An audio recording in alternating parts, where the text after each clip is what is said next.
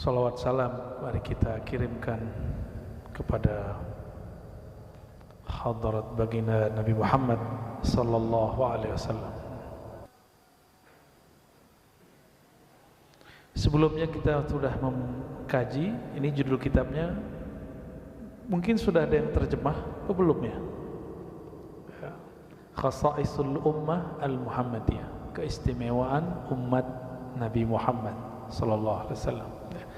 Makanya salah satu pujian yang sering saya baca adalah Alhamdulillahilladzi ja'alana min ummati Sayyidina Muhammad sallallahu alaihi wasallam.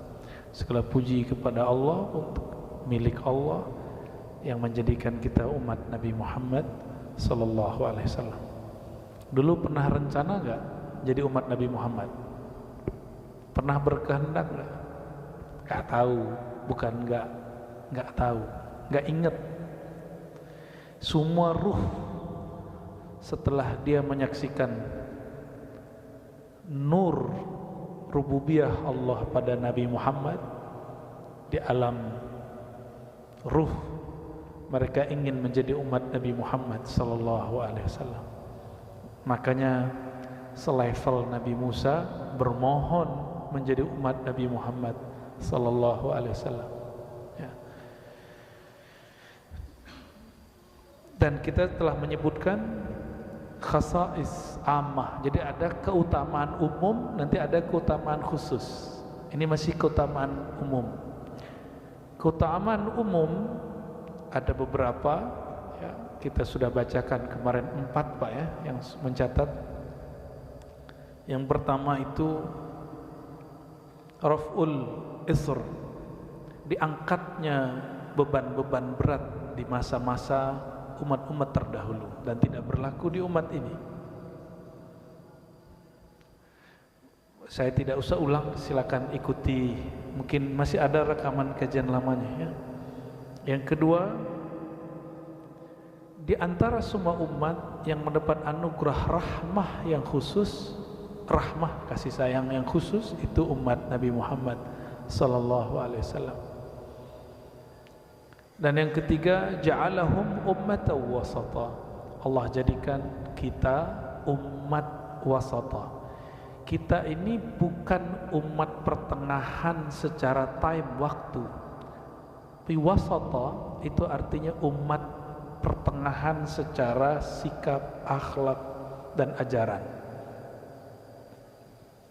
Maka aneh jika masih ada orang-orang saklek ngaku umat Nabi Muhammad tapi saklek, apapun mazhabnya, apapun alirannya ya. Saya ngira cuma ahli fikih dulu yang saklek sebagian, ternyata ada juga orang bertorikot, bertasawuf ngakunya saklek juga ya. Jadi ketika dulu kita menyampaikan bahwa hakikat itu asal, syariat itu furu, cabang, maka syariat mengikuti asal, itu banyak yang protes karena nggak ngerti, ngakunya pembaca kitab tasawuf. Tapi ya sudahlah, karena kita tidak mau banyak polemik, karena debat itu bukan salah satu karakter umat Nabi Muhammad, itu karakter Bani Israel. Kita nggak usah debat ya, baca aja lah kitabnya ya. Ya, ketika saya mengatakan asy-syari'atu tabi'atun lil haqiqah, itu enggak salah, sesuai dengan perkataan itu. Nah, sikap moderat kita nanti akan menumbuhkan yang inti itu hakikatnya. Nah, syariat itu nanti akan mengikut ya. Karena sudah begitu, maka yang keempat, yusur syariah al-Muhammadiyah, kemudahan syariat Nabi Muhammad sallallahu alaihi wasallam. Jadi jangan lagi ada yang saklek. Tapi bukan berarti kita tidak pendirian. Kita pendirian. Untuk akidah kita tiada tawar-menawar. Tapi ungkapan kita tidak tawar-menawar bukan berarti kita tidak toleransi, bukan berarti kita berdada sempit, bukan juga ya. Nah, yang kelima, ini pada pagi ini insyaallah. Sebelumnya mari kita kirimkan Fatihah kepada murid-murid beliau yang menjadi guru saya, yang saya mengambil sanad kitab ini. Ada yang masih hidup, ada yang sudah meninggal ya. Dan yang khususnya lagi adalah pengarang kitab ini, Abu Ya Sayyid Muhammad bin Alawi Al-Maliki Al-Hasani. Al-Fatihah. A'udzubillahi minasyaitonir rajim. Bismillahirrahmanirrahim. Shiratal ladzina an'amta 'alaihim ghairil maghdubi 'alaihim waladdallin. Keistimewaan umum yang kelima umat Nabi Muhammad, yaitu umat kita, apa itu? Kamalus syari'atul Muhammadiyah, kesempurnaan syariat Nabi Muhammad sallallahu alaihi wasallam. Bab ini sering disalahfahami oleh orang-orang yang ekstrim dan tekstual untuk mempersempit agama, padahal ini adalah keluasan beragama. Coba kalau dibacakan sempurna, ayat apa yang paling sering teringat? Surat Al-Maidah ayat berapa? Al-Yauma Akmaltu itu ayat berapa? Ayat 3. Itu ayat panjang, turun 3 kali dan terpisah-pisah. Bagian pertama, pertengahan, terakhir, digabung jadi satu. Al-Yauma Akmaltu lakum dinakum, ya. Wa atmamtu alaikum ni'mati wa raditu lakumul Islam madina. Coba perhatikan, hari ini kata Allah, ini turun tahun ke-10 Hijriah. Al-Yaum, hari ini berarti tahun ke-10 Hijriah. Akmaltu lakum, aku telah sempurnakan bagi kamu dinakum, dinmu, agamamu yang sempurna. Aku sempurnakan nikmatku, aku ridhoi Islam sebagai agama. Coba hati-hati. Din itu mencakup Islam, iman, ihsan. Ini telah disempurnakan. Apa kata kawan saya pakai hadis ini, pakai ayat ini? Agama udah sempurna, gak usah ditambah-tambahi. Gak nyambung. Ya, dulu gak ada burdah-burdahan. Ngapain sholat-sholawatan? Agama udah sempurna.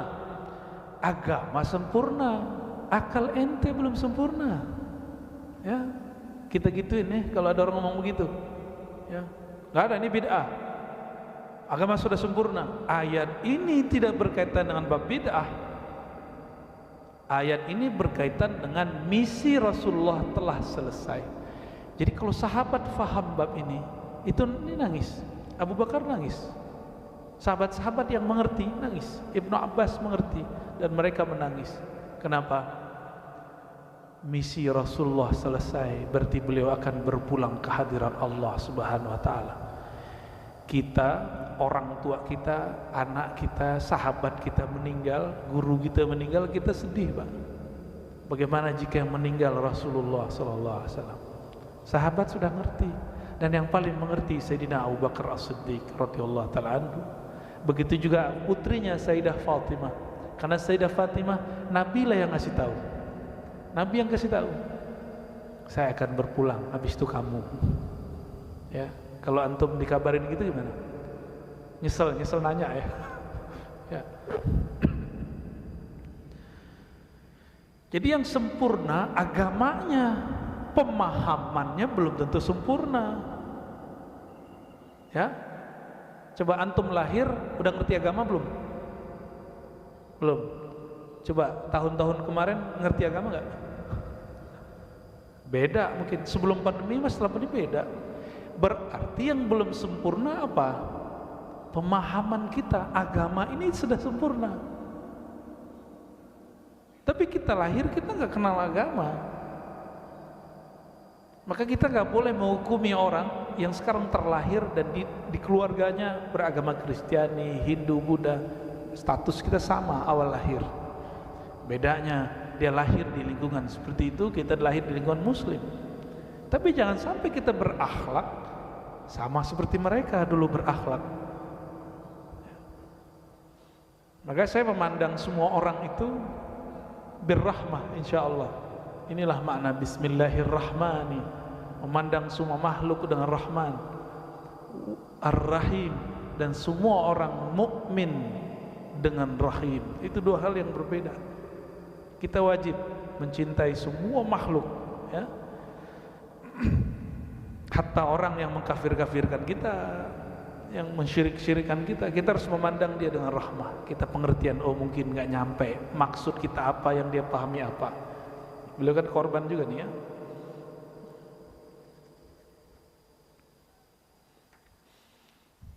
Apa kata Abu Ya Said Muhammad?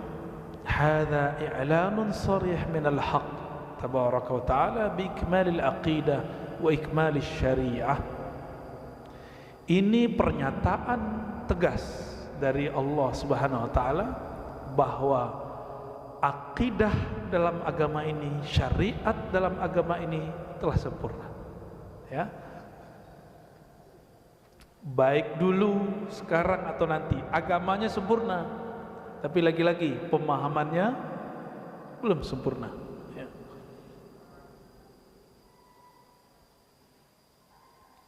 Kalimat ini, ayat ini tidak pernah turun ke nabi manapun. Tidak pernah turun ke Nabi Musa, tidak pernah turun ke Nabi Isa. Itulah sebabnya syariat Nabi Musa masih diperbaharui oleh Nabi Isa, sedangkan syariat Nabi Muhammad tidak boleh diperbarui. Yang diperbaharui cuma fikihnya, pemahamannya. Maka sampai nanti Imam Mahdi pun muncul, syariat tidak berubah, nggak boleh berubah. Yang berubah hanya fiqhus syariah, pemahaman syariah. Jadi tolong dibedakan, syariat suci, pemahaman terhadap syariat tidak suci. Pemahaman itu disebut ilmu fiqih, ilmu aqidah, ilmu tasawuf, ilmu hadis, ilmu tafsir. Nah ini semua pemahaman produk manusia, sedangkan syariat bukan produk manusia, diturunkan oleh Allah Subhanahu wa taala. Paham di situ?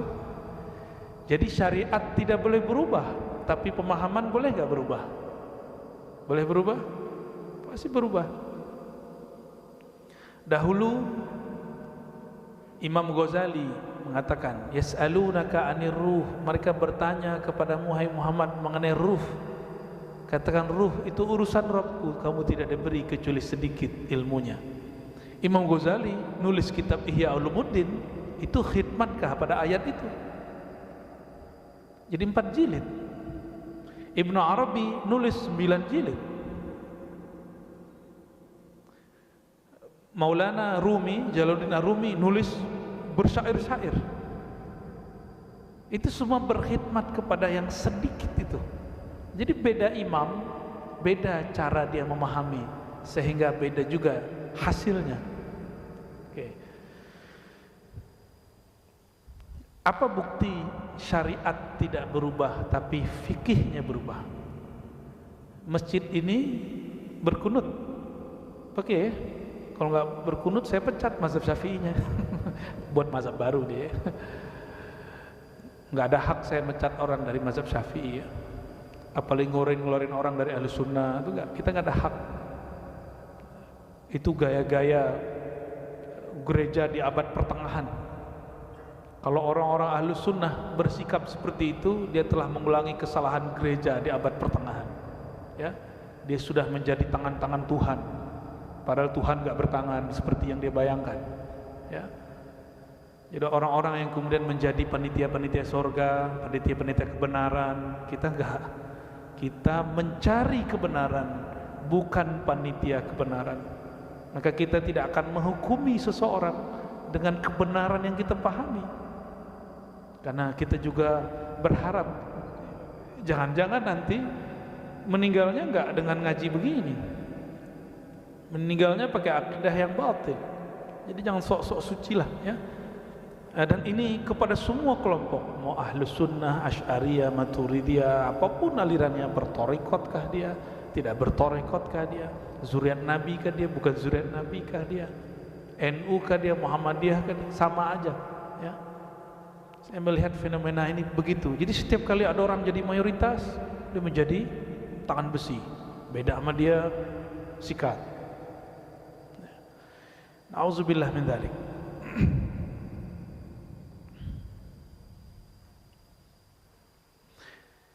Imam Syafi'i sama-sama baca hadis sholat subuh. Gurunya juga baca hadis sholat subuh, Imam Malik. Murid dia Imam Ahmad bin Hanbal baca hadis. Hadisnya sama, Imam Malik baca, Imam Syafi'i baca, Imam Ahmad baca. Ini 3 generasi. Malik guru, Imam Syafi'i murid dari Malik, Ahmad bin Hanbal Hanbali murid dari Syafi'i. Tapi hasilnya lain. Imam Malik tidak baca basmalah baik dijaharkan ataupun disirkan. Tapi mazhab ini sudah direvisi oleh murid Imam Malik. Sekarang mereka masih baca tapi sir. Kalau dulu enggak. Jadi Imam Malik membid'ahkan baca basmalah dalam sholat. Hadisnya sama loh. Imam Syafi'i mengatakan enggak, justru bismillah wajib dikeraskan karena bismillah bagian dari Al-Fatihah. Imam Ahmad balik lagi, dibaca tapi disirkan. Syariatnya apa? Fatihah bagian dari rukun sholat, itu syariat. Cara bacanya disebut fikih. Paham? Muncullah cara baca Imam Malik, cara baca Imam Syafi'i, cara baca Imam Ahmad. Syariatnya sholat wajib, Al-Fatihah wajib. Coba perhatikan lagi, Imam Malik mengatakan cukup baca Fatihah sekali dalam semua rakaat untuk makmum, sah sholatnya. Imam Syafi'i tidak, setiap rakaat baca Fatihah. Imam Ahmad kalau kita bermakmum gak wajib baca, imam yang baca. Tuh, dalilnya sama. La salata liman la yaqra bi Fatihatil Kitab. Tidak sah salat orang yang tidak baca Al-Fatihah. Hadisnya sama, tapi fikihnya berlain. Mulai paham? Maka fikih itu produk manusia berdasarkan hadis Nabi atau ayat-ayat suci. Oke? Jadi mazhab Imam Syafi'i, kenapa muncul mazhab? Karena antum gak sanggup baca hadis Nabi seperti Imam Syafi'i, gak sanggup baca Quran seperti Imam Syafi'i. Maka beliau merumuskan, kalau gak sepakat buat mazhab sendiri aja, boleh kok. Cuma siapa yang ikut dan ada kawan saya, dia kalau sekarang disebut dengan Qur'ani ya, tapi anti sunnah. Waktu saya khutbah menceritakan kisah Nabi, apa kata dia? Ente baca-baca hadis itu enggak sahih, enggak ada hadis yang sahih. Yang sahih cuma Quran. Saya senyum. Itu aja istilah yang salah. Al-Quran itu bukan sahih. Al-Quran di atasnya sahih, namanya mutawatir. Ya, di atas sahih. Mutawatir itu ditransmisikan, diriwayatkan oleh banyak orang. Kalau sahih belum tentu. Itu jadi bingung dia. Ya. Ya udah enggak usah ikut imam. Ya udah enggak apa-apa, enggak usah ikut imam. Terus ente ikut siapa? Langsung ke Quran. Saya tanya, Quran kamu yang mana? Ditunjukinlah Qurannya dia. Ya. Quran dia dibaca. Saya tanya, kamu bismillahnya dibaca apa tidak? Baca. Dikeraskan atau tidak? Tidak. Nah itu udah beda imam tuh. Yang meriwayatkan Quran namanya Imam Asim, Imam Kisai, Imam Nafi'. Kamu Qurannya riwayat yang mana? Jadi dia mengira kalau langsung ke Quran gak lewat imam, berarti langsung ke Allah. Padahal Quran yang saya baca hari ini itu Quran yang juga imam yang meriwayatkannya, namanya Imam Asim. Imam Asim ini dan semua imam-imam yang lain sepakat bahwa bismillah bagian dari Fatihah. Imam Syafi'i mengerti ilmu qiraat. Apa kata Imam Syafi'i? Kalau bismillah bagi Fatihah wajib dibaca di dalam sholat jahar. Itu sejarahnya. Beda-beda tuh. Nah, ini namanya mazhab. Saya ulangi, syariat dari Allah suci, fikih, mazhab itu kesimpulan pemahaman para imam dalam membaca Al-Quran dan Sunnah. Maka fikih bukan tandingan Quran. Jadi keliru orang mengatakan gak usah ikut imam, langsung saja kepada Allah. Berarti dia sedang mengadu-adu antara Quran dan mazhab, hadis dengan mazhab. Itu keliru besar, ya, fatal, keliru besar itu. Kejahilan yang dibuatkan pengajiannya, ya.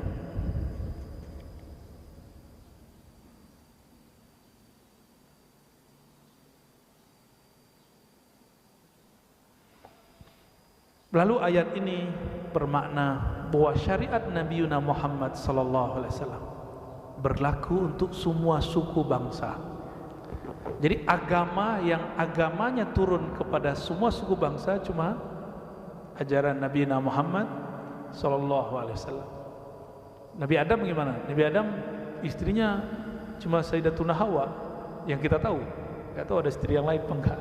Apakah ada istrinya di kalangan jin? Saya nggak tahu ya, belum ketemu riwayatnya. Kayak ketemu riwayatnya nggak? Nabi Adam punya istri jin gitu. Aneh belum ketemu juga soalnya. Soalnya ada yang ngaji begitu sekarang ya. Kalau dia punya data silakan, nggak ada masalah. Tapi kalau nggak punya data jangan mengada-ada terhadap baginda Nabi Adam alaihissalam.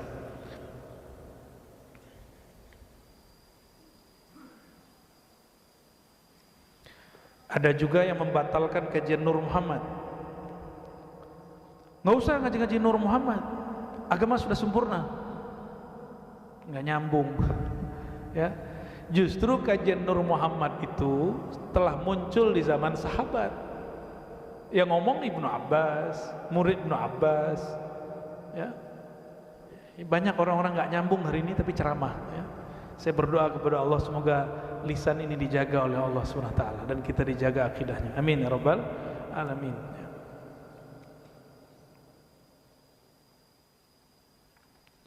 Berdasarkan itu semua, tatajaddad fiqh syariah wala tatajaddadu syariah, ya. Yatajaddadu fiqhuhu wala tatajaddad syariatuhu. Itu kira-kira kalau diungkapkan. Berubah, berkembang pemahamannya, tapi ayatnya itu saja. Paham ya di situ? Oleh karena itu, penghukuman terhadap bid'ah itu bagian dari fikih atau syariat. Saya menilai ini bid'ah, itu fikih atau syariat? Fikih. Dulu orang mengatakan ini bid'ah, sekarang bisa jadi nggak bid'ah, ya. Zaman dulu sholat pakai baju batik kayaknya ribet deh, ya. Khotib pakai batik, banyak yang ngulang sholat pakai, bener ya? Zaman-zaman saya masih kecil tuh. Sekarang malah hari Jumat pakai batik, khotibnya pakai batik. Di zaman ayah Buya Hamka, kalau pakai dasi, pakai jas, itu dianggap mirip dengan Londo, wong Londo, orang Belanda, ya. Maka disebut tasyabbuh bil kafir, kafir, menyerupai orang kafir, kufur. Dulu, lah sekarang kiai, ya, Pak Kiai ini kalau lagi kerennya pakai jas, tapi bawahnya bukan celana, sarung. Dulu dianggap bid'ah, dianggap haram, sekarang orang biasa aja. Berarti pemahaman terhadap bid'ah akan berubah, berkembang, tapi dalilnya tidak akan bertambah, tidak akan berkurang, ya. La yazid wa la yanqus. Karena dalil suci, pemahaman dalil yang tidak suci. Dari dulu orang membid'ahkan sesuatu pakai dalilnya apa? Kullu bid'atin dhalalah, kullu dhalalah finnar. Itu aja sampai mulutnya sudah bengkak, ya. Man ahdatsa fi amrina hadza ma laysa minhu fawarat.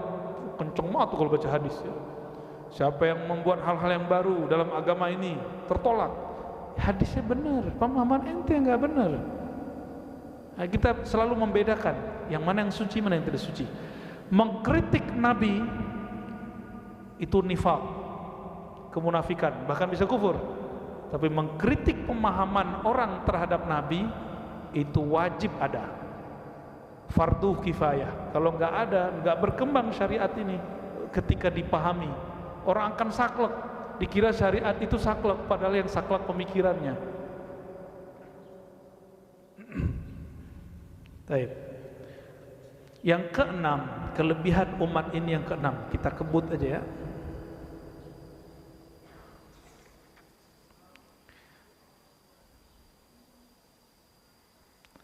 Jaminan cahaya bagi umat Nabi Muhammad. Nah, ini ada ayatnya dan hadisnya. Surat At-Tahrim ayat 8. Coba perhatikan, di hari kiamat semua orang hina kecuali dua kelompok, Al-Anbiya wal Mu'minun, dua aja. Yauma la yukhzillahu an-nabiyya walladzina amanu ma'ah. Pada hari, yaitu hari kiamat, Allah tidak menghinakan, tidak menelantarkan nabi dan orang beriman. Ada syaratnya, ma'ahu, bersamanya nabi. An-nabi di sini siapa? An-nabi pakai alif lam, Nabi Muhammad sallallahu alaihi wasallam. Nah, ini kekhususan Nabi Muhammad sallallahu alaihi wasallam. Nama beliau hanya disebutkan di Quran, mim ha mim dal Muhammad. Nama jasadnya hanya 4 kali. Selebihnya nama nubuatnya An-Nabi, Rasul, Rauf, Rahim, Muzammil, Muddathir. Itu nama Nabi semua ya. Bahkan ada tafsir beberapa ulama ya, wal asr. Itu wal asr kan kita mengartikannya demi masa ya, demi waktu. Tapi al asr itu siapakah yang ada di waktu itu? Nabi Muhammad sallallahu alaihi wasallam. Berarti demi Muhammad yang ada di waktu asar. Asar itu masa alam semesta di akhir-akhir ini. Kita udah di asar semua. Ini sudah puncak peradaban. Karena sudah puncak, dia tinggal turun ya. Masih ada satu puncak lagi, Imam Mahdi belum ya. Kita nggak tahu kapan rahasia Allah ini Allah buka nanti ya. Cuma nggak tahu nanti ketika dia keluar, apakah kita masih tasdik atau bukan? Wallahu a'lam bishawab ya. Nabi bisa turun ya, kali ada yang nggak percaya. Dan di tengah ayat dikatakan nuruhum yas'a baina aidihim, cahaya mereka, padahal ini cahaya dari Allah. Hum, mereka, merekanya siapa? An-Nabi dan orang beriman yang bersama Nabi. Berarti cahaya orang beriman ngikutin siapa? Ngikut Nabi. Maka nur ini nurun Nabi wallazina amanu ma'ah. Nurnya Nabi, namanya Nabi itu siapa? Muhammad. Bernamalah Nur Muhammad sallallahu alaihi. Jika dia Nur Muhammad ada di Quran. Sekarang nur itu tersimpan di dada antum, gak keluar, gak keluar. Dia hanya keluar lewat akhlak, lewat senyum, lewat husnuzan. Itu keluarnya. Nanti pada hari kiamat cahaya itu Allah buka, dan siapa saja yang Nur Muhammad itu masih hidup di dalam kalbunya, tidak padam, dia akan dilihat oleh Allah Subhanahu wa taala. Ya. Nuruhum yas'a baina aidihim, cahaya mereka terlihat ada di hadapan mereka memancar. Wa bi aimanihim, dan di kanan mereka. Yaquluna rabbana atmim lana nurana, lalu mereka berdoa, ya Allah sempurnakan nur kami, nur Nabi tadi yang ada pada kami. Apa maksudnya? Orang beriman tadi ada yang tidak sempurna. Ini yang berdoa bukan Nabi, ini yang berdoa orang beriman. Mereka berdoa, ya Rabb, kami mungkin belum sempurna mengikuti Nabi Muhammad SAW, maka sempurnakan nurnya kami. Itu maksudnya. Karena di hadis Nabi mengajarkan, ya Allah, beri cahaya depan kami, belakang kami, kanan kami, kiri kami, atas kami, dan juga jaga kami dari bawah kami. Itu nur. Itu yang disebut nurun ala nur. Dan nur itu adalah nur Nabi Muhammad sallallahu alaihi wasallam, ya. Orang-orang yang kasyaf dapat melihatnya, ya. Wa qad waddahat as-sunnatul musharrafah hadhihi al-khususiyah kama thabata fil hadis anna an-nabiy sallallahu alaihi wasallam qala, dan Nabi dalam hadis mulianya mengatakan, nah ini garansi dari Rasulullah, penjelasan ayat ini, inni la'arifu ummati yaumal qiyamah. Kan kita bertanya, sebanyak ini umat manusia, yang Habib cuma berapa orang nih? Beliau aja nih, ya. Kita bukan. Terus Nabi kenal kita lewat apa? KTP nggak ada. Antum punya KTP nggak ntar? Dukcapil udah nggak ada. Maka nama KTP kita nggak laku, nama jabatan kita nggak laku, gelar kita nggak laku. Hatta gelar kiai ustadz itu nggak laku di sana. Apalagi cuma gelar-gelar biasa. Lalu dengan apa Rasulullah kenal kita? Rasulullah mengatakan, inilah arifu ummati yaumal qiyamah min bainil umam. Di antara umat manusia dari Nabi Adam sampai umat akhir zaman, aku mengenal mana umatku dengan satu cara. A'rifuhum, ya. Ada beberapa cara, ya, 3 di sini. A'rifuhum yu'tauna kutubahum biaimanihim. Kitab mereka diberikan dari kanan. Nah, maka kalau orang mimpi ada sesuatu dari kanan, dapat kitab dari kanan, itu kabar baik. Itu simbol. Ini simbol, ya.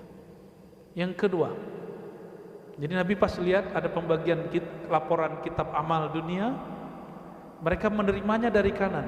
Langsung Nabi, oh itu umatku. Yang kedua, bisimahum fi wujuhim min athari sujud. Terlihat dari pancaran sujud pada wajah mereka. Pancaran, bukan bekas, ya.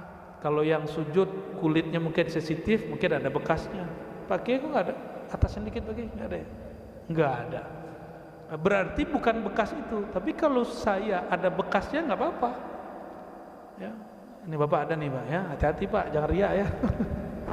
Nah, ada yang enggak, itu ada juga. Kadang ibu-ibu sensitif kulitnya, hitam juga. Tapi ingat, itu adalah tanda fisik pulang ke tanah, ya. Tanda yang sebenarnya orang sujud kepalanya di bawah atau di atas, ndongak atau tunduk. Itulah makna sujud. Sujud itu terlepas dari kesombongan, ego. Kepala dia yang dia anggap hebat selama ini dia taruh di bawah. Itu baru ente sujud namanya, ya. Apabila kita belum seperti itu, belum mau naruh akal ini di bawah, tunduk kepada hukum Allah, tunduk kepada kebesaran Allah, belum disebut orang sujud, ya. Jadi man huwa sajid, siapakah orang yang sujud, siapakah yang ada bekas sujud dalam dirinya? Orang yang akhlaknya seperti orang sedang sujud. Terjemahkan sendiri akhlak orang sujud apa aja. Satu apa? Tawadhu. Apalagi? Orang sujud tuh keras apa lembut? Bisa nggak orang sujud tuh kenceng badannya? Harus lembut. Maka sujud jangan kenceng. Ciri-ciri orang-orang yang sholatnya lembut, penuh dengan rahmah rahim, ketika sujud punggungnya akan rileks. Tapi itu bukan peregangan yoga, ya. Sujud kita bukan yoga. Ya, saya tidak mengharamkan yoga karena saya nggak ngerti yoga itu apa. Ya, nanti saya belajari dulu itu yoga itu apa isinya. Kalau memang ada syirik, syiriknya yang dibuang, gerakannya tidak masalah. Ya. Ada meditasi, meditasinya harus diislamikan. Stretchingnya nggak ada masalah. Yang ketiga, wa'arifuhum binurihim yas'a baina aidihim. Ada bekas di wajahnya. Sekarang aku mengenal mereka dengan cahaya yang ada pada diri mereka. baina aidihim, memancar ke hadapannya. Ini berarti 3, dan ini jaminan dari Rasulullah SAW bahwa umatnya bercahaya. Jadi nggak usah khawatir ya. Dan cahaya ini didapat salah satunya lewat wudu. Jadi antum kalau wudu, setan stres. Kita ke masjid, setan nangis. Kita jamaah ngaji, setan gila pak. Ini setan lagi gila nih. Antum ngaji itu setan gila. Apalagi ngajinya ngaji tentang Nabi Muhammad, musuhnya iblis. Jadi Nabi Muhammad itulah musuh terbesar iblis. Nabi Adam itu cuma pintu aja. Pintu terbesarnya adalah Nabi Muhammad SAW. Lalu siapa lagi yang membahas tentang Nabi Muhammad SAW? Musuh besarnya, musuh bebuyutannya. Jadi kita cukup punya musuh satu aja, iblis. Yang lain gak usah ya. Kecuali ada manusia dalamnya iblis, itu lain cerita ya. Iblis sifatnya 2 aja, aba wastakbara. Dari situ turunlah sifat-sifat kegelapan, enggan ya, wastakbara, merasa sombong, merasa lebih benar dari orang. Katanya ngaku ahlu sunnah, tapi merasa lebih benar dari temannya. Udah kena ya, kena juga tuh. Sufi udah jadi mursyid, merasa lebih tinggi kemursidannya dari yang lain, kena juga. Gak jaminan orang bertarikat benar, gak jaminan orang berakidah asy'ariyah benar. Secara manhaj benar, tapi secara rohani itu urusan pribadi dia dengan Allah Subhanahu wa taala. Jadi kita nggak juga mengkultus-kultuskan tarikat yang kita pelajari, manhaj yang kita ikuti, mazhab yang kita amalkan, enggak juga. Yang suci cuma Al-Quran dan Nabi Muhammad SAW. Hadis pun masih ada yang palsu. Hadis nggak suci pak, kecuali yang mutawatir. Hadis yang suci hanya yang mutawatir. Selain hadis mutawatir, maka hadisnya masih dimasuki pemahaman-pemahaman dan hafalan-hafalan sahabat ya. Yang ketujuh, kelebihan umat Nabi Muhammad sallallahu alaihi wasallam ya.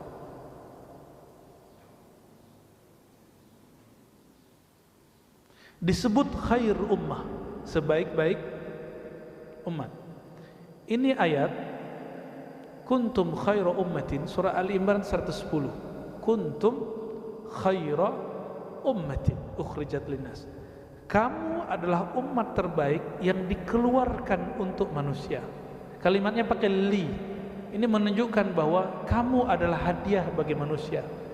Jadi umat Nabi Muhammad itu hadiah bagi umat yang lain. Linnas, bagi manusia. Ta'muruna bil ma'ruf. Apa karakter umat Nabi Muhammad terbaik? Ini terjemahannya kita harus upgrade. Ta'muruna bil ma'ruf, kita sering mengartikan amar ma'ruf. Yang terbayang amar ma'ruf nyuruh-nyuruh. Salat. Nah, itu yang terbayang sama kita. Bukan begitu ta'muruna bil ma'ruf wa tanhauna 'anil munkar. Galak-galak. Ngancem-ngancem, lo ngomong itu neraka.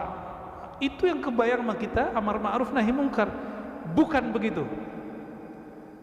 Amar ma'ruf nahi munkar, coba perhatikan lafaznya. Al-ma'ruf, sesuatu yang dikenal. Orang ini belum kenal apa yang kita maksud, terus kita bentak, itu belum ma'ruf. Anak kita sudah ngerti bahwa sholat itu wajib, terus kita bilang, dek sholat ya. Nah sholat, ayo ke masjid, itu namanya amar ma'ruf. Tapi dia belum ngerti. Ayo ke masjid, dia bingung. Emang masjid kenapa? Emang puasa kenapa? Tiba-tiba langsung dibom, kayak di Bali. Kan bingung tuh orang. Belum didakwahi, belum diajak ngobrol, tiba-tiba dibom. Dia pas bangun di alam kubur kan dia bingung. Ya Tuhan, saya belum sempat ngaji. Tiba-tiba ada orang yang katanya kenal engkau ngebom saya. Makanya yang tukang ngebom itu Pak, itu dosanya luar biasa, walaupun dia bawa nama agama. Dan dia akan nanggung siapapun yang dia bunuh. Nanggung nasibnya, sanggup nggak ntar tuh? Jadi hati-hati antum ya, jihad itu beda dengan kejahat. Jihad bukan jahat. Ini yang kita PR kita ke depan ya, sangat banyak PR kita ke depan. Jadi ta'muruna bil ma'ruf, mengajak orang kepada kebaikan yang saya dan dia sama-sama sudah faham. Itu namanya ma'ruf. Ma'ruf kata objek, ma'ruf maf'ul. Masdarnya urf, urfan. Urf dalam bahasa usul fikih diartikan tradisi yang sudah diketahui. Maka ta'muruna bil ma'ruf, mengajak orang dengan tradisi kebaikan yang dia sudah kenal. Bukan tradisi semua ya, tapi tradisi yang baik. Wa tanhauna 'anil munkar, dan kalian melarang mereka dari yang mungkar. Tanhauna juga berarti menghentikan, bisa juga preventif. Preventif itu sebelum terjadi kita halangi dulu, itu tanhauna. Apa arti munkar? Secara harfiah munkar apa?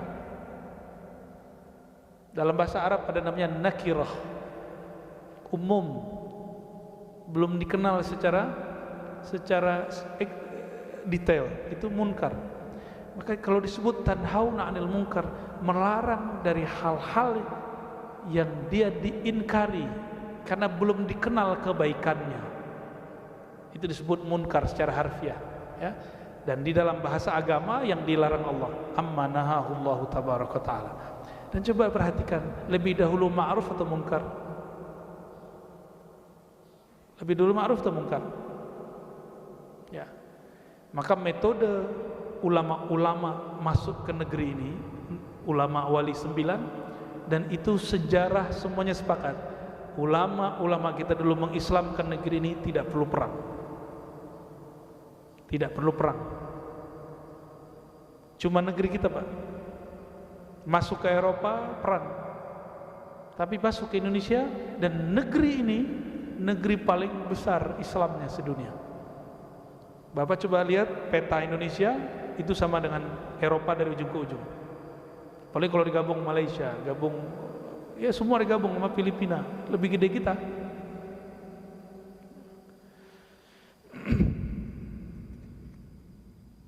Antum tuwaffuna sab'ina ummatan antum khairuha wa akramuha 'ala Allah azza wajalla. Ada 70.000 umat. Ada 70 umat ya. 70 umat. Dari umat 70 itu, kamulah yang terbaik dan paling mulia. Khairun wa akram. Kita yang paling mulia. Jadi di sini bukan ras. Bukan berarti ras Arab, ras Eropa, ras India, ras Cina, ras pribumi lebih mulia, enggak ya. Tolong hindari kata-kata itu ya. Dan saya tidak suka dengan kata-kata pribumi ya, itu rasis. Cek aja gennya ntar, siapa tahu bukan pribumi ya.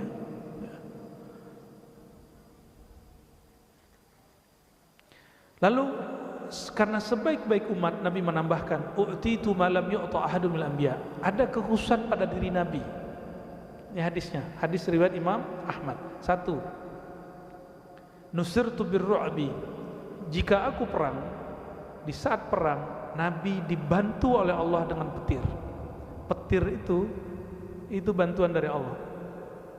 Ilmu ini ada enggak pada orang-orang yang jihad hari ini? Adanya ngebom ya. Enggak masuk. Berarti Rasulullah dan petir itu sahabatan Pak, secara rohani itu. Ya, pasukannya Rasulullah itu. Petir itu pasukan Rasulullah. Hujan pasukannya Rasulullah. Karena dulu di beberapa kelompok musyrikin, mereka takut perang kalau ada petir. Dan Nabi biasa kalau mau perang minta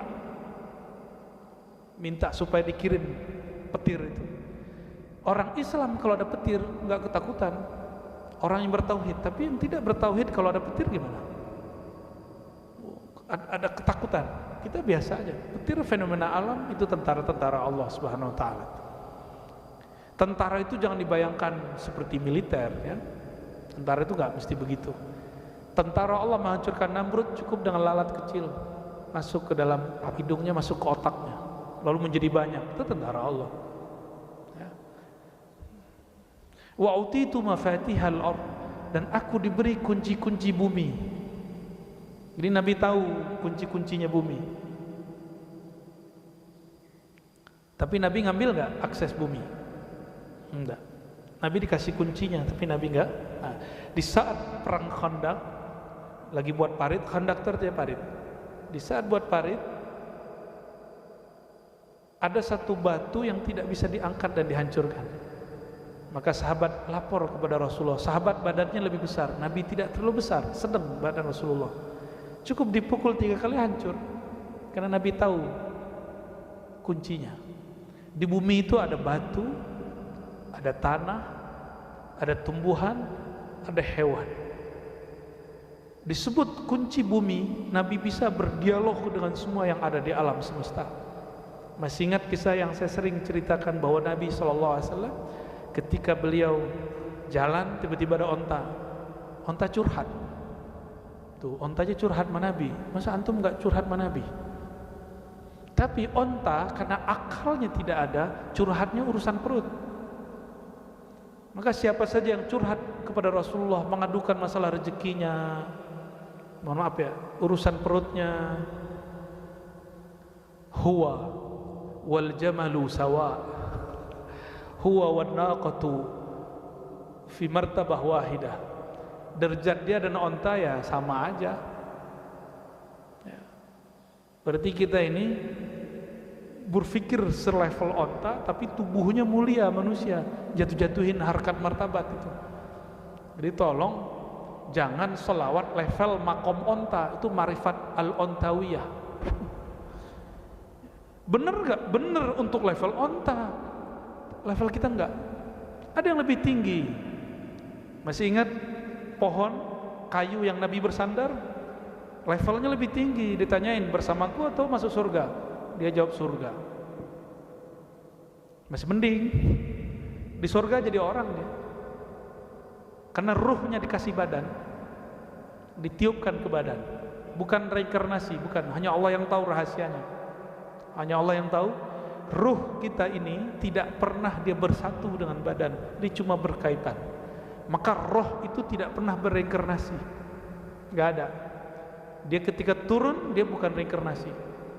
Ketika ditiupkan, bukan berarti dia keluar dari zat Allah. Enggak. Itu orang yang bayangkan begitu, dia telah gagal bertauhid kepada Allah Subhanahu wa ta'ala. Ya, ruh itu rahasia Allah. Kita gak tahu bagaimana posisinya, tempat dan ukurannya.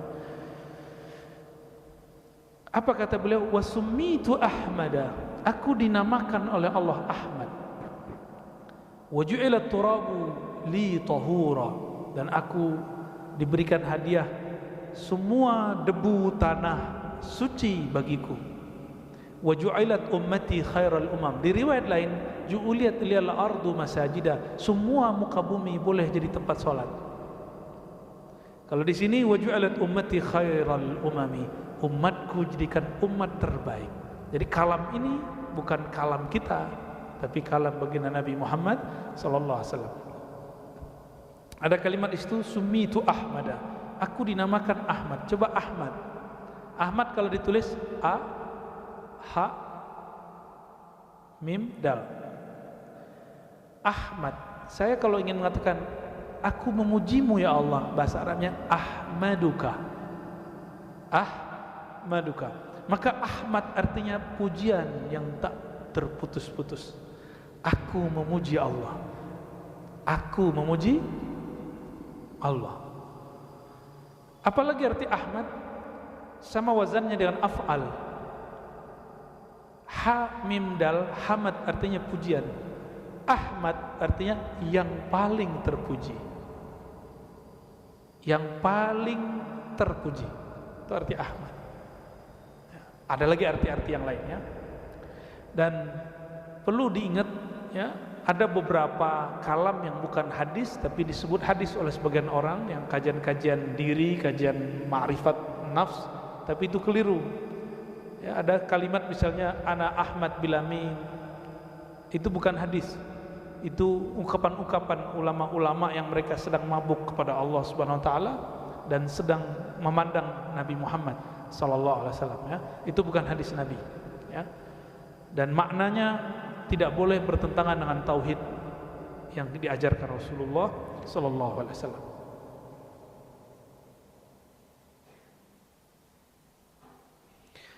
Ma'ruf dan mungkar, nah ini karakter umat Nabi Muhammad. Ada kema'rufan yang zahir, ada kema'rufan yang batin. Ada kemungkaran yang zahir, ada kemungkaran yang batin. Kema'rufan kebaikan yang zahir dan kemungkaran yang zahir dapat diketahui dengan ilmu fikih. Belajar fikih. Mana yang batal, mana yang haram, mana yang najis, mana yang halal, mana yang haram, mana yang dilarang Allah. Itu kemungkaran yang zahir. Mana ketaatan yang zahir, ini ketahui. Tetapi kema'rufan yang batin, kemungkaran yang batin hanya diketahui dengan dua ilmu, ilmu akidah dan ilmu tasawuf. Maka saya berharap para ustadz, para dai jangan gengsi lagi, malu lagi menyebut kata tasawuf. Nggak ada lagi, ini zamannya udah nggak begitu. Tar orang-orang keberatan. Kita sebut aja dengan tazkiyatun nafs. Dulu orang belum kenal tasawuf. Sekarang orang sudah tahu apa itu tasawuf. Kita nggak usah lagi malu menyebut tasawuf. Perjuangan Imam Ghazali nulis kitab 4 jilid, imam-imam itu kurang apa? Sehingga kita masih malu dengan mazhab Ibnu Taimiyah yang baru muncul belakangan. Masa cuma mazhab satu Ibnu Taimiyah bisa mengalahkan tarekat yang 40, 70, mazhab yang 4. Antum nggak pede berilmu karena nggak bersanad kepada Allah, tidak bersanad kepada Rasulullah, tidak bersilsilah kepada para imam. Kenapa saya percaya diri Pak ngajarin mazhab, akidah, bertasawuf? Karena kita punya guru. Itu yang buat kita percaya diri. Barangkali itu. Jadi antum kalau punya guru percaya diri tinggi. Karena ada orang di luar sana tidak bersanad malah menghantam sanad, tidak bermazhab malah anti mazhab, tidak bertasawuf malah anti tasawuf, tidak ahlus sunnah asy'ariyah malah mengatakan akidah asy'ariyah sesat. Itu pede loh. Dan dengan bangganya mereka mengatakan orang tua Nabi masuk neraka. Itu pede mereka. Kapan kita akan menjadi percaya diri? Ya, percaya diri ya. Para ustadz, para syekh, para dai harus lebih percaya diri. Jangan hanya ingin menyenangkan jamaah dan pengurus masjid. Pengurus masjid nggak mau nih gunain tasawuf, udah cari masjid yang lain. Ya. Nanti pengurusnya ada yang protes, ya udah cari masjid yang lain. Emang masjid cuma satu doang. Ini makna hadis. Wa ju'ilat liyal ardu masajida. Allah jadikan bumi bagiku masjid-masjid. Nggak boleh di masjid, cari masjid lain. Nggak boleh tempat ini, cari tempat lain. Nanti Allah akan buka. Dan toh buktinya sekarang orang udah biasa ngomong tasawuf. Bener gak? Udah gak ada aneh. Antum jadi gila gak ngaji tasawuf, ngaji hikam selama 2 tahun ini? Ya, lewat YouTube kah? Ya. Alamul YouTubiyah.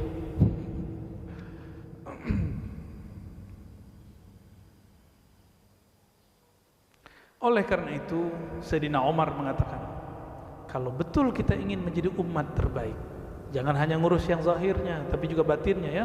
Kata Sayyidina Umar, man sarrahu ayyakuna min hadhil ummah falyuaddi syartallah fiha. Siapa yang ingin menjadi umat terpilih itu, maka penuhilah syaratnya. Apa syaratnya? Zahir dulu atau batin dulu? Zahir ini terjemahan batin atau batin itu ngikut yang zahir? Yang mana yang ikut? Badan ikut ruh atau ruh ikut badan? Berarti yang dibenerin kolbunya, karena disitulah ruh itu ruh kita terhalang karena kolbu kita ketutup. Dan nggak mungkin kalau nggak ngaji kitab tasawuf, kitab akidah, baru enak ngaji fikihnya. Kalau nggak ngaji fikih jadi beban. Bayar zakat lagi di 2,5%, ya kan? Kepikiran dulu. Dan sudah banyak orang saya ajarin fikih zakat, itu pertanyaannya berusaha menghindari bayar zakat. Ustadz nih gelang saya pakai, tapi sekarang saya simpan aja. Katanya kalau perhiasan yang dipakai, emas perhiasan, tidak kena zakat. Sekarepmu ya.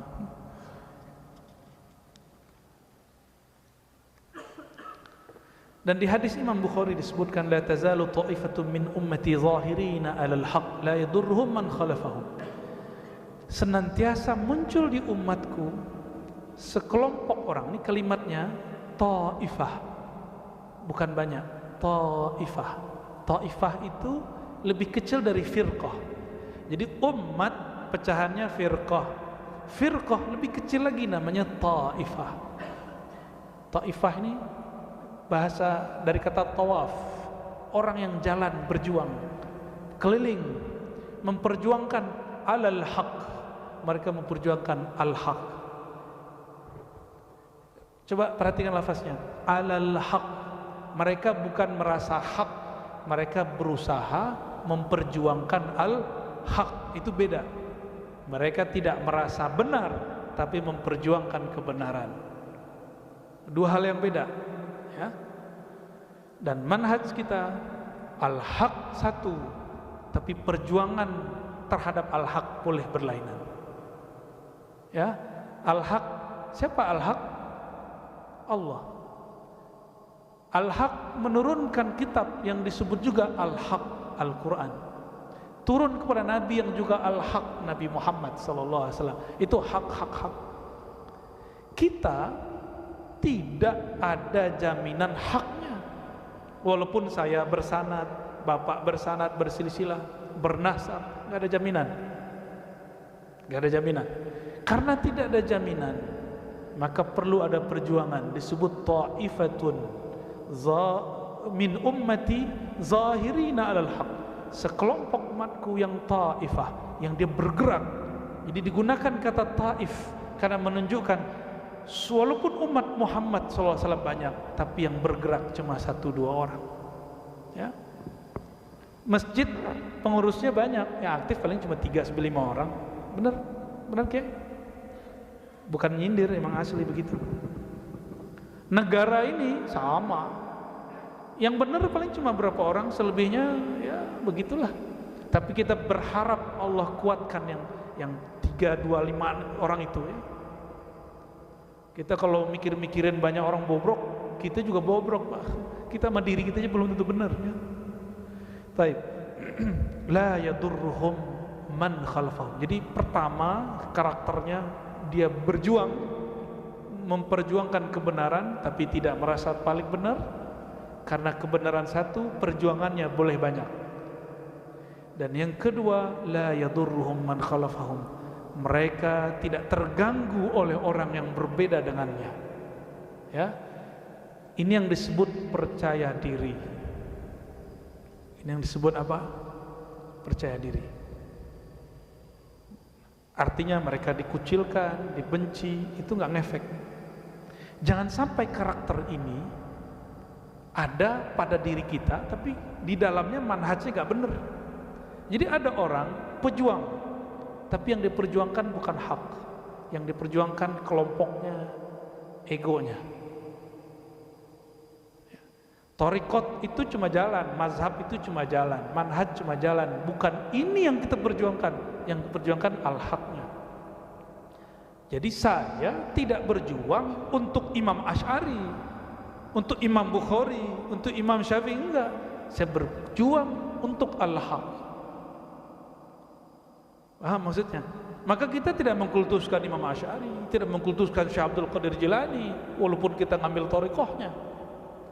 Jadi jika ada orang mengkritik thariqat kita, mazhab kita, nggak ada apa-apa, nggak marah, kita nggak marah. Tapi jika dia kritik al-haq, baru kita marah. Maka marahnya bukan marah kelompok, tapi marahnya marah kerohanian. Kalau ruh marah, kemarahannya permanen, dan itu ada rahmah di dalamnya. Ya.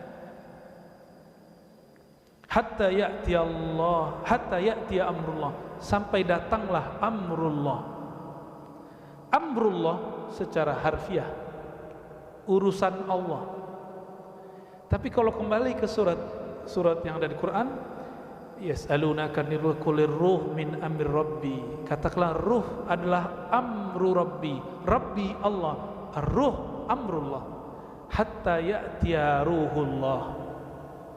Siapakah Ruhullah? Sayyidina Isa. Kalau Ruhullah turun, berarti Imam Mahdinya sudah ada. Kita bukan ikut Nabi Isa, ingat. Kita bukan ikut Nabi Isa, ikut siapa? Ikut Al-Mahdi. Maka yang kita ikuti Al-Mahdi. Al-Mahdi ikut siapa? Ikut Nabi Muhammad sallallahu alaihi wasallam. Maka yang diikuti tetap Nabi Muhammad. Ini pemaknaan lain. Biasanya orang menartikan hatta ya'tiya amrullah, sampai datang kemenangan. Kemenangan itu abstrak. Apa tanda kebenaran? Jika yang Allah janjikan dua, Sayyidina Isa, Al-Mahdi, keluar, baru itu yang disebut amrullah. Ya, penerjemahan ini kita boleh berbeda, tapi ini yang saya dapat. Ya, barangkali mungkin nggak ada yang menerjemahkan begitu, Kiai. Ya, aliran sesatkah, Kiai? Fahuwa bayanu ibqa'i hadhihi syari'ah, ini salah cetak ya, syairah, syari'ah fil ummatil muhammadiyah walau ala suratin dayiqah ya. Wa hadha bi khilafi ahli kitab fa inna amalu hadhihi sya'irah wa tanasaw mujamalatan wa riya'an aw nifaqan wa istiblan alladhi huwa adna billadhi huwa khair ya. Kita jangan seperti ahli kitab yang dulu songong-songong ya. Ketika datang ilmu baru dia tolak. Ada satu prinsip yang kita baca dari tadi, yang saya mulai dari awal, bahwa ilmu berkembang, pemahaman berkembang, tapi kebenaran dia tetap satu. Oke? Sekarang kita ngaji begini, ini proses keilmuan ya. Dan saya tidak boleh merasa paling benar, apalagi yang menjadi jamaah. Salah satu kesuksesan kami ngajar, jamaahnya, murid-muridnya tidak merasa paling benar di antara kelompok-kelompok yang lain.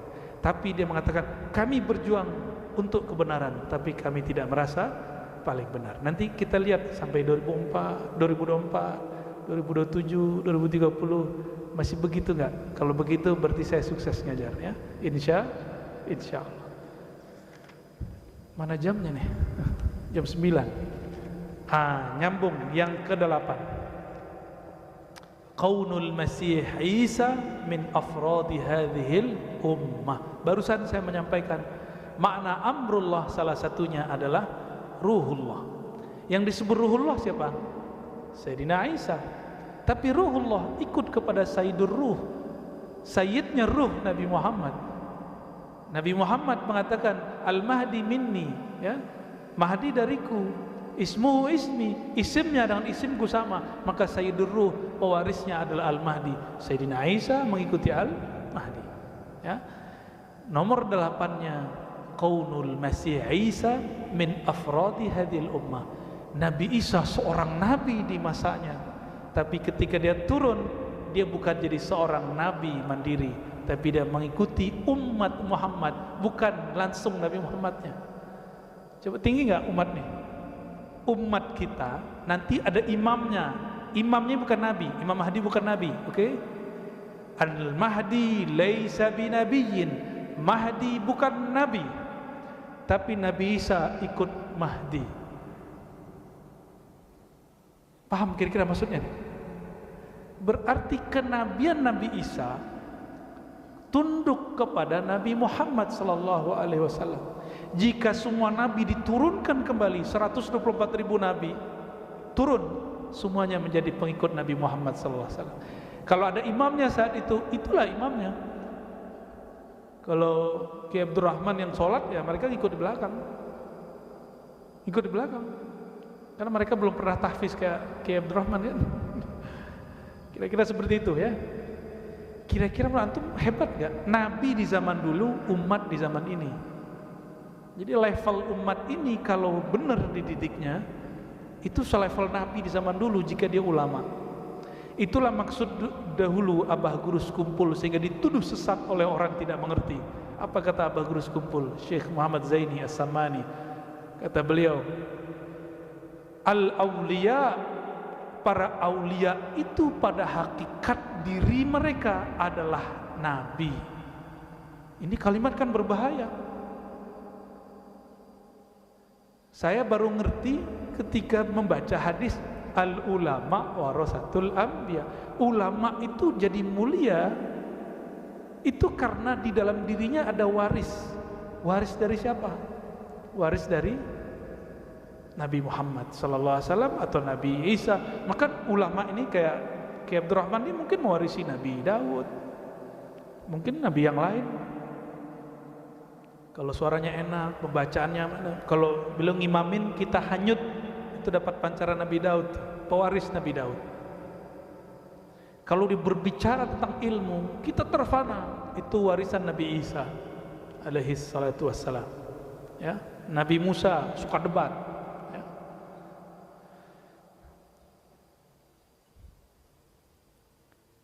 Maka yang disebut oleh Abah Guru Sekumpul itu Nabi, wali, meninggal Nabi, sirnya Nabi ini diwarisi kepada para wali.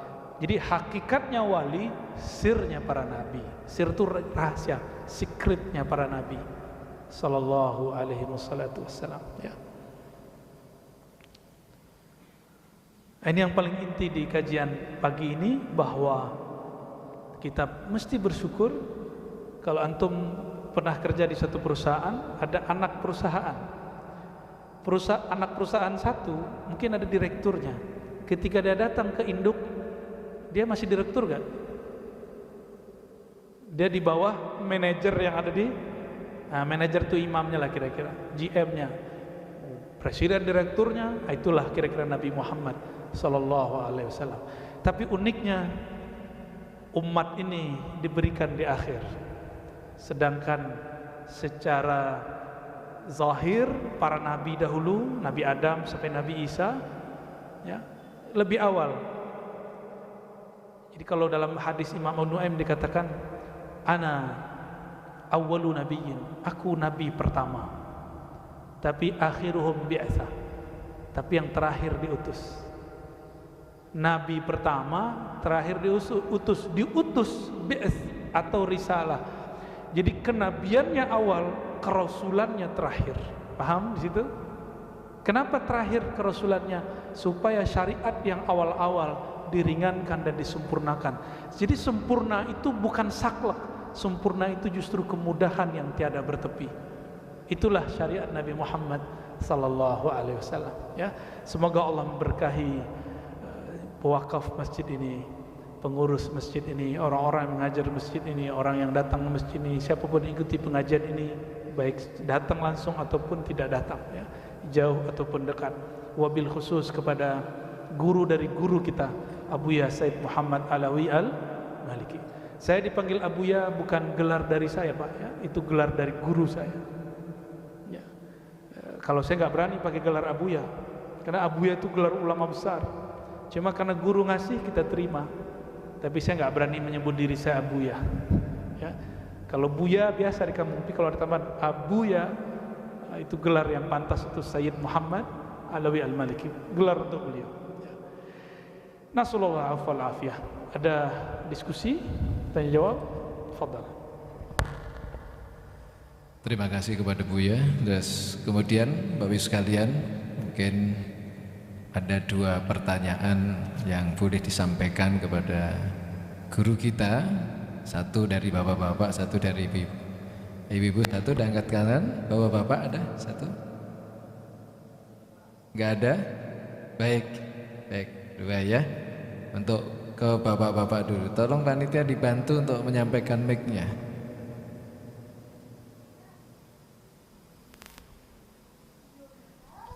Maaf, Ki. Sebutkan nama, Pak. Bismillahirrahmanirrahim. Assalamualaikum warahmatullahi wabarakatuh. Assalamualaikum warahmatullahi wabarakatuh. Dengan Umar Al-Hafiz, Buya, mohon izin bertanya dan mohon maaf sebelumnya. Di dalam surah Al-Kahfi ayat yang terakhir, Allah menjelaskan, wa may yarju liqa'a rabbih falyamal amalan shalihan wa la yusyrik bi ibadati rabbih ahada. Yang jadi pertanyaannya, mohon izin Buya penjelasannya mengenai liqa'a rabbih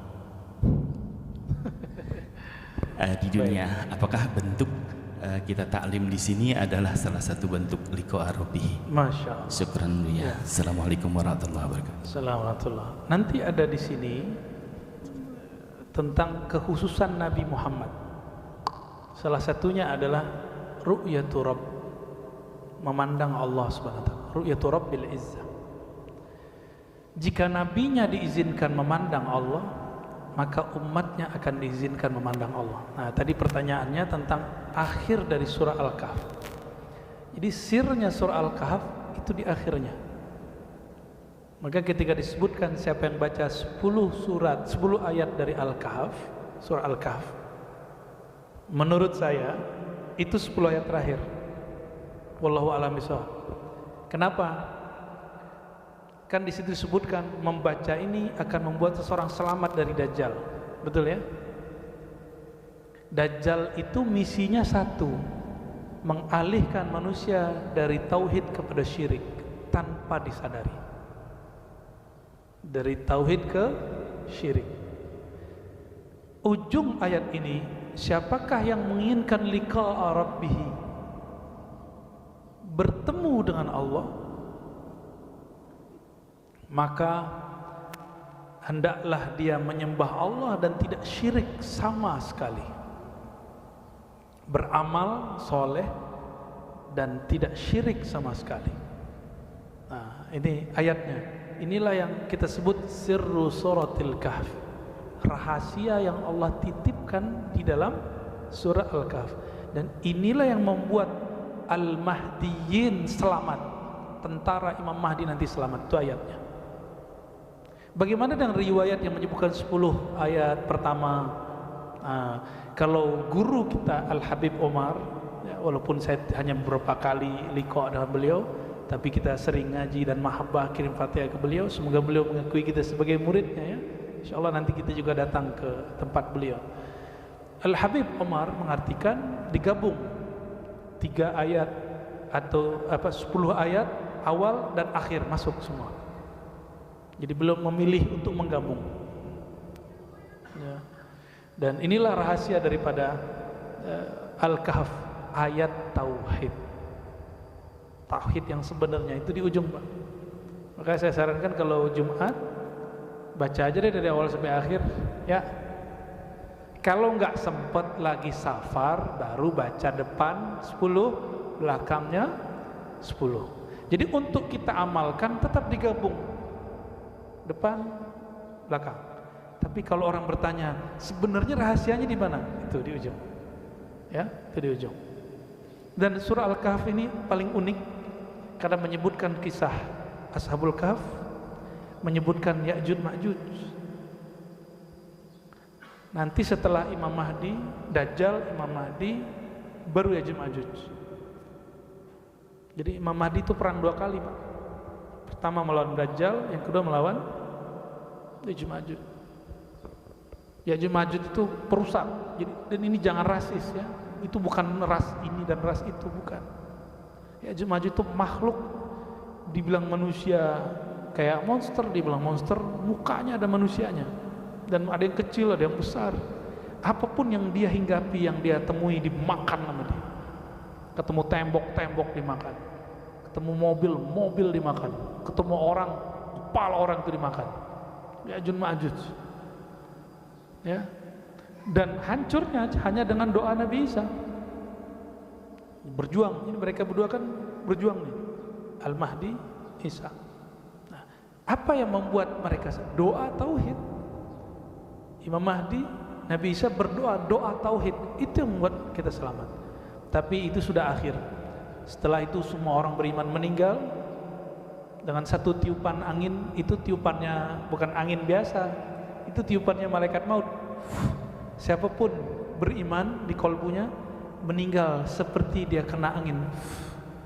Kamu nggak meninggal begitu ya. Maka tasdik kepada ilmu akhir zamannya harus kuat ya, sehingga kolbunya betul-betul tenang. Ciri-ciri ngaji akhir zamannya benar, kolbunya tambah tenang, bukan galau gelisah. Seandainya besok turun Dajjal, kita tetap harus kerja hari ini, kira-kira gitu ya. Kita harus tetap ngaji hari ini, jangan takut. Seandainya besok langsung kiamat, kita tetap harus berangkat sholat zuhur hari ini, besok-besok, yang penting sekarang. Taib.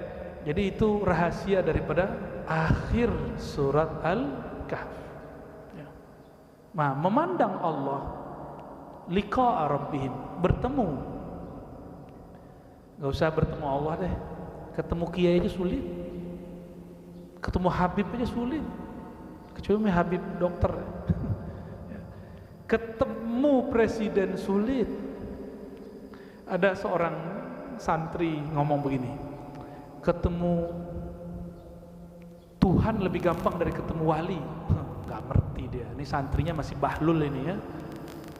Ketemu Tuhan sholat, emang ente bisa sholat kalau gak mengerti ilmu kewalian?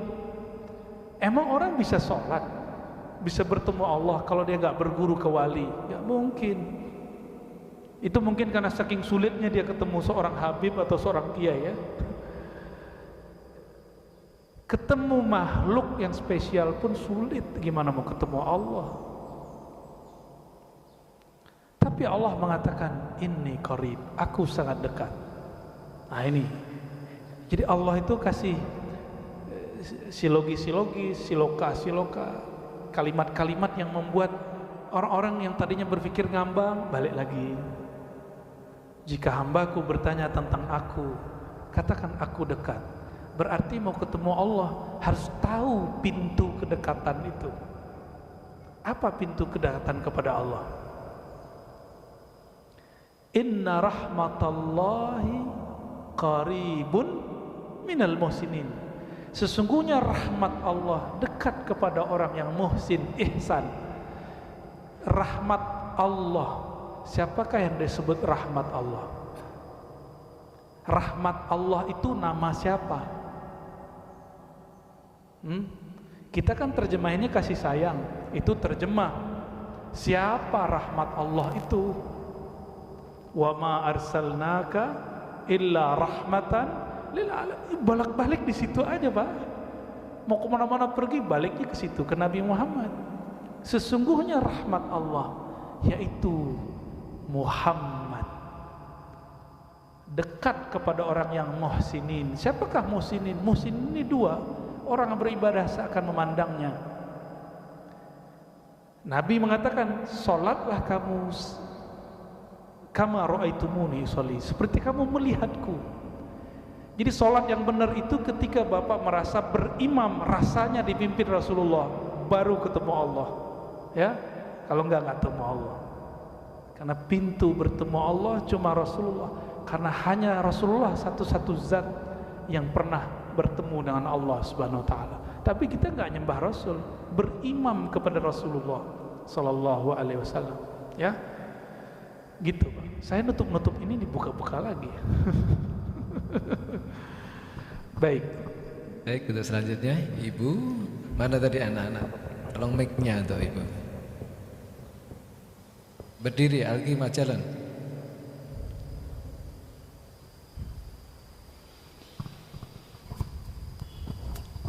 Baik, terima kasih atas kesempatan yang diberikan. Assalamualaikum warahmatullahi wabarakatuh. Mohon maaf Bu ya, mau nanya dua. Pertama, di statement terakhir Bu ya, bahwa kemudahan yang tiada bertepi itu maksudnya apakah dalam urusan akidah atau urusan ibadah? Yang kedua, di dalam Al-Quran kan dikatakan sesungguhnya syaitan itu adalah musuh yang nyata bagi kita. Ibu sering memikirkan gitu, kita seolah-olah berada dalam satu kondisi kita punya musuh yang sudah jelas, tetapi kita seolah-olah tidak merasa kita punya musuh yang jelas. Nah, mohon Buya bisa memberikan penjelasan lebih supaya ada hal yang jauh lebih bertambah dari pemahaman yang mungkin hanya sedikit. Terima kasih. Assalamualaikum warahmatullahi wabarakatuh. Assalamualaikum. Di nomor 4, kelebihan umat Nabi Muhammad, syariatnya mudah. Kenapa saya menyebut kesempurnaan syariat Nabi Muhammad ini adalah kemudahan yang tak bertepi? Ini rahasia pengalaman saya, bukan rahasia, ini pengalaman saya. Semakin saya belajar Al-Quran, Sunnah, membaca kitab-kitab yang ada dan juga mengamalkannya, dan berguru kepada guru yang berlainan faham, semakin saya faham ternyata yang dulu saya anggap saklek itu nggak saklek, yang dulu saya anggap rumit nggak ada yang rumit. Jadi semakin orang itu mendekat kepada pewaris-pewaris rahmat Allah bertepi nggak? Syariat itu buah dari rahmat Allah, mungkinkah dia bertepi? Dia nggak mungkin bertepi, karena syariat itu isinya rahmat, bukan beban. Ingat, syariat isinya rahmat, bukan beban. Tapi ahli fikih membahasakan syariat itu beban. Kita ganti, mungkin terjemahan yang salah, kita ganti dengan tugas, taklif. Secara harfiah taklif artinya apa pakai? Beban kan? Itu harus diganti pakai pas ngajar. Kita ganti tugas. Karena kalau diartikan syariat itu beban, aduh gawat. Sejak kapan Allah membebani kita? Memang Allah butuh kita? Kapan Allah memerlukan kita? Kita yang perlu Allah atau Allah perlu kita? Nah, orang yang paham, kata Ibnu Athaillah, ada orang di hadis Nabi masuk surga dipaksa. Ibnu Athaillah yang jawab, umat manusia pada dasarnya malas sholat, bener ya? Subuh kayaknya berat, tahajud berat, tapi ketika diwajibkan sholat 5 waktu mereka terpaksa. Dan kunci surga yang paling asas itu 5 waktu itu dipaksa bayar zakat. Itu namanya pemaksaan masuk surga, itu nggak mau. Jadi itu bukan beban, itu hadiah dari Allah Subhanahu wa taala. Ya. Ada kita kayak dipaksa sama orang, ayo kamu ikut, yang penting kamu ikut. Kita bingung, apa sih paksa-paksa? Ternyata kita mau dikasih hadiah sama dia, senang nggak? Paksaan yang dicintai, paksaan yang disukai, itulah syariat. Jadi jangan berpikir agama adalah beban, bukan. Agama adalah hadiah rahmat Allah Subhanahu wa taala. Jadi kalau mau ketemu orang ahli agama jangan bayangin beban. Wah, ini materi apa lagi nih? Berat lagi di kepala gua nih. Enggak begitu. Semakin saya belajar, pikiran saya merasakan kok agama itu tambah mudah, dan nggak ada bagian di agama ini yang sulit. Dulu mikirin sholat witir, ribet amat sih sholat witir. Sekarang malah jadi kecanduan, nikmat sekali. Zikir pagi sore, dulu kayaknya waduh subhanallah 100, alhamdulillah 100, kayaknya beban. Tapi lama-lama kita yang memerlukan kalimat ini, bukan beban. Sholat jamaah bebannya. Antum jamaah itu pasti diterima sholatnya. Nih jaminan. Antum sholat jamaah pasti diterima. Tapi kalau sendiri walaupun khusyuk belum tentu diterima. Ya. Kenapa kita diterima? Kita mau ngikut imam di depan aja kita sudah diterima Allah. Berarti sudah tawadhu. Yang Allah lihat itu bukan antum khusyuknya. Yang Allah lihat, maukah kamu dipimpin oleh seorang pemimpin? Kita maunya mimpin diri sendiri aja, nggak mau dipimpin orang. Nah, di situ sudah mulai kelihatan asarus sujud. Imam salah di depan, kita tetap aja ngikut kan? Benar nggak? Imam udah salah dibaca ayat. Lu jadi imam salah-salah, gue nggak jadi ikut deh. Gitu. Bisa gitu nggak? Tetap aja di ruku kita ruku. Nah itu hebat. Maka orang yang jamaah pasti diterima sholatnya, tapi diterimanya birrahmah, karena Allah sayang, bukan karena sholatnya berkualitas. Ya. Inilah alasan kenapa ada para imam mewajibkan sholat jamaah. Ya. Baik, gimana? Cukup? Udah 2? Mau nambah lagi? Iya, tadi yang pertanyaan kedua untuk ibu tadi. Oh, yang kedua apa tadi? Oh, setan. Setan, musuh setan. Baik. Setan itu sifat, Bu. Sebutan untuk sifat. Maka sifat ini ada pada iblis, ada pada manusia, ada pada hewan. Maka Nabi menyebut ular yang berbisa itu setan, boleh dibunuh dalam sholat. Ini kita lagi sholat, atau apa namanya yang kakinya banyak itu, kelabang. Kita lagi sholat, ada kelabang lewat, kita boleh bunuh. Kata Nabi, uktuluhu fa innahu syaitan. Itu setan. Ular berbisa itu boleh dibunuh saat mengganggu kita sholat. Jadi syaitan itu sifat. Di Quran disebut syayatinul jinni wal ins. Ada setan jin, ada setan ins, manusia. Setan itu ngapain dia? Ngasih was-was. Kalau ada lewat kelabang, kita was-was nggak? Nah, maka dia setan. Tapi yang boleh dibunuh cuma 2 setan ini. Setan manusia nggak boleh langsung dibunuh, Pak. Ya, dulu saya masih ingat kita dapat hadis lagi mondok, dapat hadis bahwa di masa sahabat Nabi ada seorang sahabat sholat diganggu oleh anak raja. Dia gampar itu anak, plok. Kami dapat hadis riwayat itu, langsung ngamalin. Besok anak pembina lewat, kita lagi sholat, kita gampar. Berperkara sama pembina, tengkar, cekcok, kita bersikeras, ini anakmu, anak pembina, setan, gitu. Kan bingung tuh, membaca hadis tapi nggak berguru, akibat otodidak, ya. Jadi setan yang manakah yang dimaksud? Nabi mengatakan, inna syaitan yajri majrad dam. Syaitan itu mengalir di setiap pembuluh darah. Dan darah itu berkumpul di mana? Di jantung, di dada kita, di paru gitu. Paru kita kalau nggak ada jantung juga nggak jadi. Di sini dia. Kita lagi jatuh cinta, ini yang berdebar. Kita lagi benci emosi, ini yang berdebar. Nabi mengatakan musuh terbesarmu ada di dalam dadamu. Baina inna a'daikum ma baina janbaikum, gitu gimana kalimatnya? Gitu ya lafaznya. Hadis Tirmizi, sesungguhnya musuh terbesarmu adalah antara dua,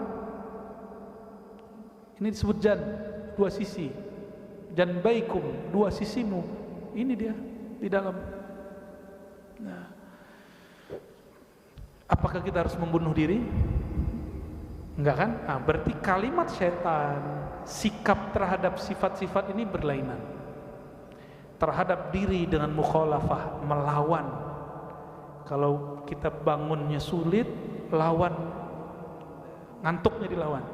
Suka makan, kurangi makannya. Matanya suka jelalatan, kurangi jelalatannya. Suka berprasangka, lawan prasangkanya. Itu cara ngelawan, cara membunuh setan dalam diri. Ini coba latihan hari ini, tidak berprasangka kepada orang.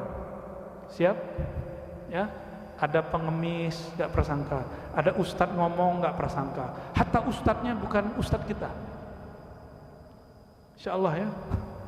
Coba gak prasangka hari ini aja, antum merasakan nanti malam tidurnya enak dan bisa tahajud insya Allah. Kenapa kita sulit tahajud? Karena siangnya penuh prasangka. Saya kalau emosi kepada orang siang, malam sulit bangun walaupun tetap bangun.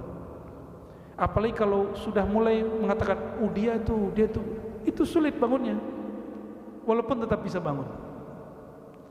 Ternyata Imam Junaid, Imam Abu Yazid punya murid sama. Mereka mengeluhkan, wahai Tuan Guru ya Sayyidi, wahai Tuan Guruku, kenapa sholat malamku sulit? Jawaban beliau sederhana, karena siangnya engkau bermaksiat. Maksiat paling berbahaya bukan mata jelalatan, bukan ngomong, tapi maksiat paling bahaya adalah prasangka di dalam hati. Dan prasangka yang paling gawat berprasangka kepada Allah Subhanahu wa taala. Oke? Nah, jadi musuh di situ sifat. Jangan-jangan kita jadi setannya. Ya. Kita berlindung kepada Allah dari keburukan diri sendiri, keburukan yang ada di keluarga, teman, persahabatan dan semuanya. Jangan sampai was-was itu masuk. Oke? Berbaik sangka kepada semua orang. Alpai ke guru kita, teman kita, keluarga. Barangkali cukup, saya lupa udah 9:30. Nanti pertanyaannya ditabung ya, Mas ya. Insya Allah bulan depan ada anak saya 100 hari, mungkin kita cari hari lain, ya. Insya Allah ini salah satu basis kita nanti untuk, ya. Jadi saya kalau ngaji pengajian ini nggak banyak-banyak. Pengajian masjid saya cuma beberapa, mungkin di Cinere ini dan Puri kali ya, wallahu a'lam bishawab. Udah cuma beberapa, oke, ya. Kita tutup dengan doa, ala hazini wa likulli niyyati shalihah. Kita kirimkan Al-Fatihah untuk Nabi Muhammad SAW dan untuk diri kita sendiri, orang tua dan semua guru-guru masyayikh dan siapapun yang hadir ataupun yang mendengarkan kajian ini. Lana wa lahumul Fatihah. A'udzubillahi Bismillahirrahmanirrahim. Ya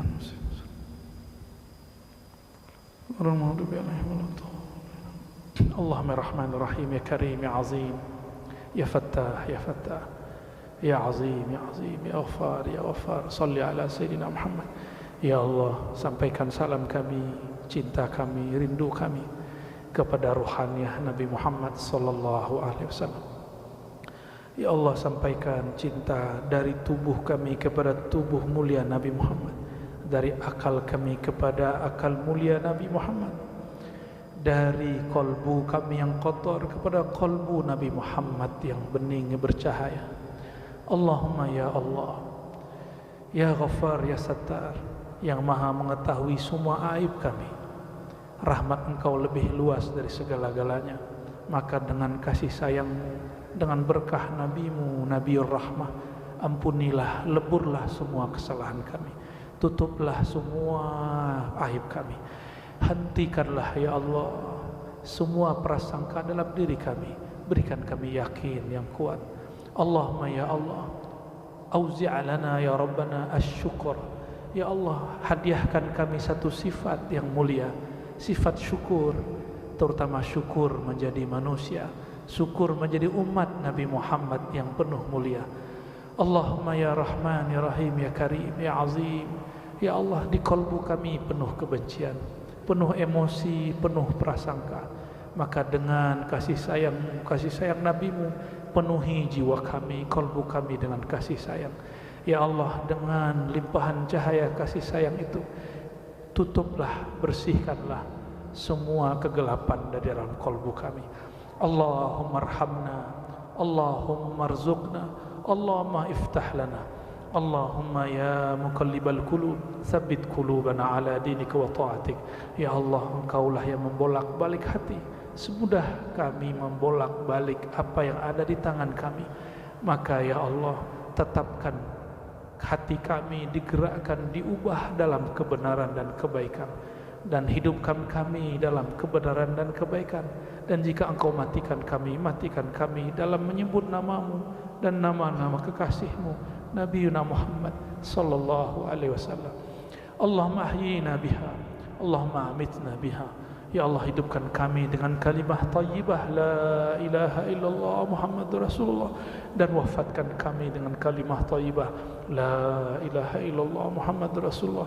Muliakan guru-guru kami, orang tua kami, dan orang-orang yang berjasa kepada kami. Wa sallallahu ala nabiyina Muhammad. Rabbana atina fid dunya hasanah wa fil akhirati hasanah wa qina adzabannar. Walhamdulillahi rabbil alamin.